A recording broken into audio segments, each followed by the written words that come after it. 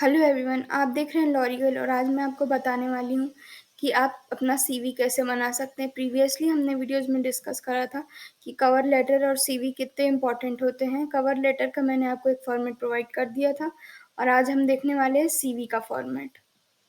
ठीक है, तो अब शुरू से शुरू करते हैं।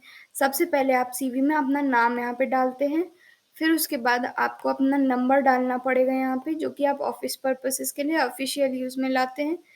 थर्ड नंबर पे आप अपना ईमेल यूज़ करते हैं, जो कि बहुत ज़्यादा ऑफिशियल होना चाहिए, जैसे मिस सक्षम, मिसेस साक्षी या फिर 21 छुपा रुस्तम, ऐसा कुछ आप नहीं डाल सकते हैं।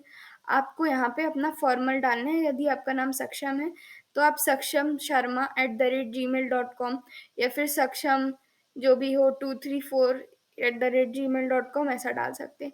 इधर पे आपको अपना लिंक्डइन का अकाउंट अटैच करना है। तो ऑब्वियसली लिंक्डइन का अकाउंट आपको मिलेगा हाइपरलिंक्स में, तो आप यहाँ पे अपना नाम लिख सकते हैं, सक्षम, या आप शिवानी लिख देते हैं, शिवानी शर्मा। ठीक है, अब इसको आपको ऐसे क्लिक करके हाइपरलिंक करना है। ऐसे आप लिंक्डइन पे जाके हाइपरलिंक का वो लिंक ले सकते हैं यहाँ से जाके। ये है, लिंक्डइन खुल गया आपका। और फिर उसके बाद आप इधर जाके मोर पे जाते हैं यहाँ पे। फिर उसके बाद आपको यहाँ से उसे कॉपी करना है, कॉपी, और यहाँ आके पेस्ट कर देना है। यहाँ पे पेस्ट कर देना है, ओके कर देना है, तो ये आपका डायरेक्ट वही खुल जाएगा। ठीक है, अब आपको अपना एजुकेशन लिखना है। सिंस लॉरिगल जो है एक लॉ चैनल है, उसके अलावा भी अगर लोग देख रहे हैं इसके लिए कि मतलब अगर वो बीटेक से हैं तो वो यहाँ पे अपने एजुकेशन में बीटेक लिख सकते हैं, जो कि वो करेंटली परसू कर रहे हों या फिर करेंटली रनिंग में हो। तो ये वाला जो है आप यहाँ पे लिख सकते हैं, जो भी आपकी ये पूरी डिग्री हो।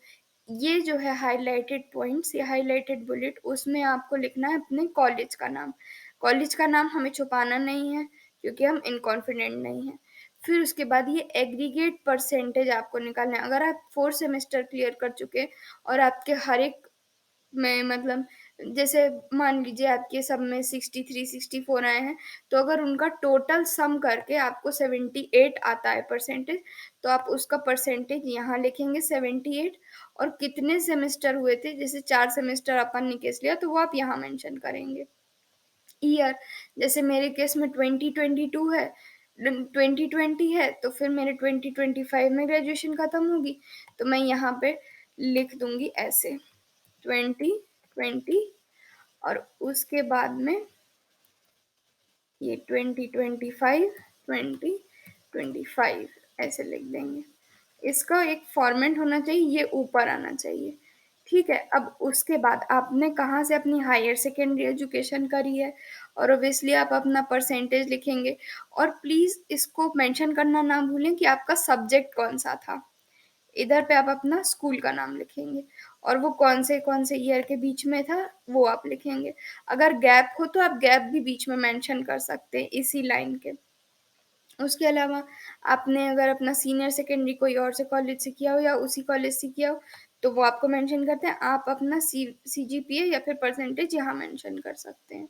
अगर आप एमपी बोर्ड से हैं या फिर बोर्ड स्टेट बोर्ड से हैं तो आप यहाँ पे ये मेंशन कर सकते हैं। इधर पे भी सेम के लिए जाएगा। ठीक है,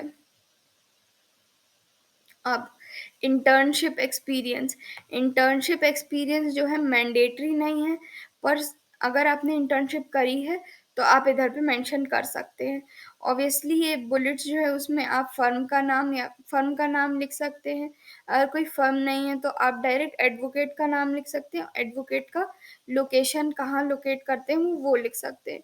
आप यहाँ पे अगर इंटर्नशिप लिखते हैं तो इधर पे आपको मंथ मेंशन करना नहीं भूलना चाहिए। जैसे फॉर एग्जांपल मैंने इंटर्नशिप करी लॉ ऑक्टोपस में, चलिए ठीक है, law octopus, law law octopus में मैंने इंटर्नशिप करी और न्यू दिल्ली। एक्चुअली में मेरे को उसका लोकेशन नहीं पता है, तो अपन अभी न्यू दिल्ली अज़्यूम करते हैं। फिर मैंने इंटर्नशिप मान लीजिए मार्च में करी, तो मैं यहाँ पे मार्च 2022 लिख दूँगी, ठीक है? तो यहाँ पे ये ऐसे मेंशनिंग होगी। सपोज़ दैट कि वो रिसर्च इंटर्नशिप थी, तो आप इधर पे मेंशन करेंगे researched on so and so topic. फिर आपने पेपर पब्लिश करे हों अगर, तो आप ये लिख सकते हैं कि published paper on so and so topic. अगर नहीं भी करे हों, तो जिन-जिन चीज़ के लिए उनने सेशन लिए थे या फिर जिन-जिन चीज़ का उन्होंने एक्सप्लेन किया था, वो आप एक्सप्लेन कर सकते हैं। सपोज़ आपने एक आध जगह फिज़िकल इंटर्नशिप करी जिसमें आपने कोर्ट विज़िट्स करी, या फिर कोर्ट विज़िट्स ना करके आपने खूब सारे मतलब आपको ड्राफ्ट्स पढ़ने के लिए मिले, तो आपने ड्राफ्ट्स कौन से एक्ट के तहत पढ़े? जैसे आपने कॉर्पोरेट इंटर्नशिप करी तो आपने एमएसएमई एक्ट पढ़ा, और एमएसएमई एक्ट पे आपने एक शॉर्ट आर्टिकल भी लिखा हो, तो आप उसको मेंशन कर सकते हैं। बढ़ा-चढ़ा के मेंशन नहीं करना है, पर इतना मेंशन करना है कि सामने वाले को लगे कि आपने इंटर्नशिप फालतू नहीं की थी और आपने उस टाइम कुछ किया था। और बाकी आप उसमें ये भी लिख सकते हैं विज़िटेड वेरियस कोर्ट्स, अगर आपने कोर्ट गए हों तो। जैसे मेरी इंटर्नशिप में मैं फैमिली कोर्ट गई थी। मही मतलब उसमें मैंने एक केस देखा था, मतलब विटनेस किया था। वो 498 का केस था, तो मैंने उसमें विटनेस किया था और मैंने मतलब आर्ग्यूमेंट सुने थे। तो मैंने आर्ग्यूमेंट्स और बाकी सब चीज़ों के बारे में लिखा था। आपको ये याद रखना है कि अगर आप ऑनलाइन कर रहे हो इंटर्नशिप, तो फिर आप रिमोट या फिर उसको ऑनलाइन इंटर्नशिप मेंशन कर दें, और उसका लोकेशन जो उसका मेन ऑफ़िस का लोकेशन है वो डालें। ईयर और मंथ मेंशन करना ना भूलें। अगर आप करेंटली परस्यू भी कर रहे हो उस इंटर्नशिप को, तो आप ऐसा लिख सकते हैं, जैसे अभी अक्टूबर है, तो अक्टूबर डैश अक्टूबर ब्रैकेट परस्यूइंग आप ये लिख सकते हैं। को-करिकुलर में आप ये लिख सकते हैं, अगर आप कोई सा अगर पढ़ रहे हों, या फिर अगर आप उसके अलावा जो आप लॉ कर रहे हैं, या फिर आप जो भी ग्रेजुएशन परस्यू कर रहे हैं उसके अलावा भी अगर आप कोई सा साइड बाय साइड ग्रेजुएशन कर रहे हैं, या फिर side by side diploma course कर रहे हैं या कर चुके हैं, तो आप यहाँ पे वो मेंशन कर सकते हैं। आप अपने मार्क्स मेंशन कर सकते हैं, और उसके अलावा आपको जो भी इम्पोर्टेंट लगे, आपने जो भी उस टाइम में सीखा, जो ड्यूरेशन में सीखा, आपने कोचिंग भी अगर ली है, तो आप वो मेंशन कर सकते हैं। इसमें एक पॉइंट जो है अलायंस या फिर सर्टिफ़िकेशंस, वो नहीं मेंशन्ड है। मैं आपको सजेस्ट करूँगी कि आप वो भी मेंशन करें, तो फिर आपको बहुत ज़्यादा हेल्प मिल जाएगी। अगर आप डिमांड करेंगे आपके कमेंट्स पे, मैं आपको अपना भी वो दिखा सकती हूँ, सीवी दिखा दूँगी। पब्लिकेशंस, पब्लिकेशंस क्या होते हैं, ये इस चीज़ पे एक सेपरेट वीडियो बन सकती है। मैं कोशिश करूँगी कि मैं इसको शॉर्ट्स में कवर कर दूँ, लेकिन यहाँ पे मैं यही कहूँगी कि यदि आपने अपने पढ़ाई के दौरान कोई से भी पेपर, यानी कोई से भी रिसर्च एनालिसिस जो की हो, वो कहीं पब्लिश हुई हो, या फिर कहीं छोटा-सा मतलब उसमें मैगज़ीन में ही अगर वो आ गई हो, तो आप इसको यहाँ पे मेंशन कर सकते हैं। ऑनलाइन हो तो कोई कोई प्रॉब्लम ही नहीं है, आप उसमें डीओआई मेंशन कर सकते हैं और कहाँ का था नाम मेंशन कर सकते हैं। लेकिन अगर ऑफ़लाइन है तो आप उसमें ब्रीफली लिख सकते हैं कि उस बुक जो थी या फिर जो भी वो मैगज़ीन है, उसमें किस तरीके का कौन-सा जॉनरा लेके वो लोग ने पूरा बुक पब्लिश किया था। मूट कोर्ट कॉम्पिटिशन बहुत ही ज़्यादा इम्पोर्टेंट चीज़ है, मेमोरियल मेकिंग कॉम्पिटिशन बहुत ज़्यादा इम्पोर्टेंट है, क्विज़ेज़ जो हैं वो लॉ के लिए तो बहुत ही ज़्यादा इम्पोर्टेंट है। अगर आपने इन सब चीज़ों में पार्टिसिपेट किया हो, तो यदि आप जीते हो तो आप अलायंस में ऐड कर सकते हैं उसे, जो कि मैंने आपको सेक्शन ऐड करने के लिए बोला था।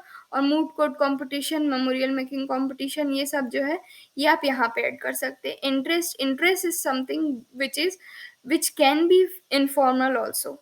अगर आप सीवी के बारे में बात करते हैं, तो हम फॉर्मल चीज़ों को कवर करते हैं, लेकिन इंटरेस्ट जो है, उसमें आप थोड़ा-सा इन्फॉर्मल हो सकते हैं कि आपको वेरियस लैंग्वेजेज़ सीखने की आदत है, या फिर लैंग्वेजेज़ सीखने का हॉबी है, या फिर आपको बुक पढ़ने का हॉबी है। बुक पढ़ना तो बहुत ज़्यादा क्लीशे हो जाता है, पर अगर आपको है, लिटरली आपने बुक पढ़ी है, तो आपने कौन-सी बुक पढ़ी हैं, वो आप अपने कवर लेटर और इसमें ऐड कर सकते हैं। उसके अलावा मैं आपको सजेस्ट करूँगी कि आप बहुत सारी तो नहीं, अप्रॉक्सिमेटली 2-3 नॉवल तो पढ़ें, ताकि आप ताकि आपके पास एक लैंग्वेज आ जाए, जो कि आपको पब्लिकेशन में हेल्प करेगी।